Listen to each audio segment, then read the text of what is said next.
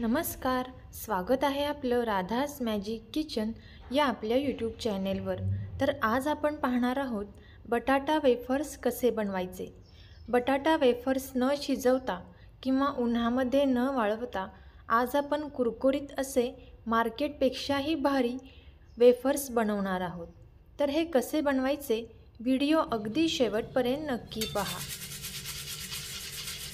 इथे तुम्हाला आवाजावरूनच कळत असेल बटाटा वेफर्स अगदी क्रिस्पी आणि कुरकुरीत असे तयार झालेले आहेत। तर हे कसे बनवायचे यासाठी व्हिडिओ अगदी शेवटपर्यंत नक्की पहा। तोपर्यंत जर तुम्ही आपल्या चॅनलवरती नवीन असाल तर नक्कीच चॅनलला सबस्क्राईब करा आणि सबस्क्राईबच्या पुढचे बेल आयकॉनचे बटन दाबा, जेणेकरून इथून पुढचे व्हिडिओज सर्वात अगोदर तुम्हाला पाहायला भेटतील। चला तर मग आजच्या रेसिपीला आपण सुरुवात करूया। तर इथे सर्वात अगोदर आपल्याला बटाटे घ्यायचे आहेत। हे बटाटे आपल्याला मीडियम साईजचे घ्यायचे आहेत। इथे मी मीडियम साईजचे 4 बटाटे स्वच्छ धुवून घेतलेले आहेत।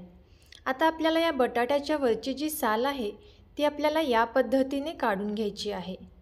पाहू शकता तुम्ही व्हिडिओत दाखवल्याप्रमाणे। आता इथे मी या बटाट्याची साल काढून घेते। इथे आपल्याला एकाच बटाट्याची साल आत्ता काढून घ्यायची आहे। सगळ्या बटाट्यांची साल इथे आपल्याला काढून घ्यायची नाही, नाहीतर बटाटे काळे पडू शकतात। आता इथे मी एका बटाट्याची साल काढून घेते।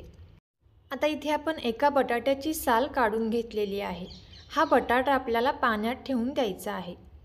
यानंतर इथे मी एक वाटी घेतलेली आहे। या वाटीमध्ये आपल्याला अर्धी वाटी पाणी घ्यायचं आहे। आता या पाण्यामध्ये आपल्याला एक अर्धा चमचा मीठ घालायचं आहे। इथे मी अर्धा चमचा मीठ यामध्ये घातलेला आहे। आता आपण हे चांगले मिक्स करून घेणार आहोत। यामध्ये पाणी मला थोडेसे कमी वाटत आहे, यामुळे मी आणखीन 1-2 चमचा पाणी यामध्ये घातलेलं आहे।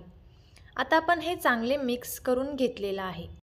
आता आपल्याला यामध्ये अगदी चिमूटभर असा इथे बेकिंग सोडा घालायचा आहे। इथे मी अगदी चिमूटभर बेकिंग सोडा या पाण्यामध्ये घातलेला आहे। आता आपण हा सोडा या पाण्यामध्ये चांगला मिक्स करून घ्यायचा आहे। आता हे पाणी जे आहे ते आपल्याला एका साईडला ठेवून द्यायचं आहे।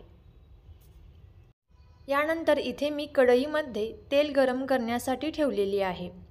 इथे आपल्याला तेल घेताना खूप जास्तही नाही आणि खूप कमीही नाही, या पद्धतीने तेल घ्यायचं आहे। आणि एक छोटा बटाट्याचा तुकडा तेलामध्ये टाकायचा आहे। तो तुकडा जर लगेचच वर आला तर इथे आपले हे तेल गरम झालेले आहे असे समजावे। आता आपल्याला गॅसचा फ्लेम हा कमी करायचा आहे। आता इथे आपल्याला ही वेफर्सची खिसणी वापरायची आहे आणि यावरती ठेवून हा बटाटा अलगद आपल्याला या तेलामध्ये सोडायचा आहे। पाहू शकता तुम्ही व्हिडिओत दाखवल्याप्रमाणे। बटाट्याचे काप तेलामध्ये सोडत असताना गॅसचा फ्लेम आपल्याला कमीच ठेवायचा आहे, नाहीतर बटाटा वेफर्स हे तेलामध्ये जळू शकतात। आता इथे आपण अर्धा बटाटा सुरुवातीला तेलामध्ये या पद्धतीने सोडून घेतलेला आहे। आता हे बटाटा वेफर्स आपल्याला एका चमच्याच्या साहाय्याने किंवा एका झाऱ्याच्या साहाय्याने या पद्धतीने वेगळे करायचे आहेत। पाहू शकता तुम्ही इथे आपले हे बटाटे वेफर्स एकत्र झालेले आहेत। आता आपण हे एका झाऱ्याच्या साहाय्याने किंवा एका उलताणच्या साहाय्याने वेगळे करून घेणार आहोत। आता इथे आपल्याला गॅसचा फ्लेम थोडासा वाढवायचा आहे। खूप कमीही नाही किंवा खूप जास्तही नाही, मध्यम आचेवरती आपल्याला हे छान असे वेफर्स तळून घ्यायचे आहेत। आणि हे चिकटलेले जे काप आहेत ते आपल्याला या पद्धतीने सोडवून घ्यायचे आहेत। आता एक 2 ते 3 मिनिटांनंतर पाहू शकता तुम्ही इथे काप हे छान असे तळून तयार झालेले आहेत। आता यामधील एक बटाट्याचा काप आपल्याला चेक करायचा आहे की तो शिजलेला आहे का नाही। आता इथे हा बटाट्याचा काप शिजलेला आहे। आता इथे पुन्हा एकदा आपल्याला गॅसचा फ्लेम हा पूर्णपणे कमी करायचा आहे आणि आपण जे पाणी तयार करून घेतलेलं आहे ते पाणी आपल्याला या पद्धतीने वेफर्सवर सोडायचं आहे। पाणी वेफर्सवर सोडताना इथे आपल्याला थोडीशी काळजी घ्यायची आहे। आता इथे वेफर्सवर हे पाणी सोडल्यानंतर पुन्हा आपल्याला गॅसचा फ्लेम हा फुल करायचा आहे आणि हे चांगले मिक्स करून घ्यायचं आहे। पाहू शकता तुम्ही या पद्धतीने। आता आपल्याला गॅसचा फ्लेम फुल करून 1-2 मिनिटांसाठी फक्त आपल्याला हे छान असे तळून घ्यायचे आहेत। आता इथे मी 1-2 मिनिटांपर्यंत छान असे हे तळून घेते।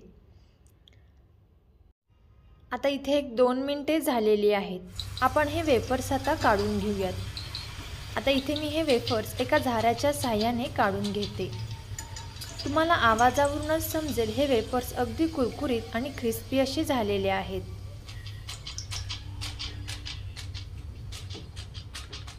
आता याच पद्धतीने आपण बाकीचे सुद्धा वेफर्स करून घेणार आहोत।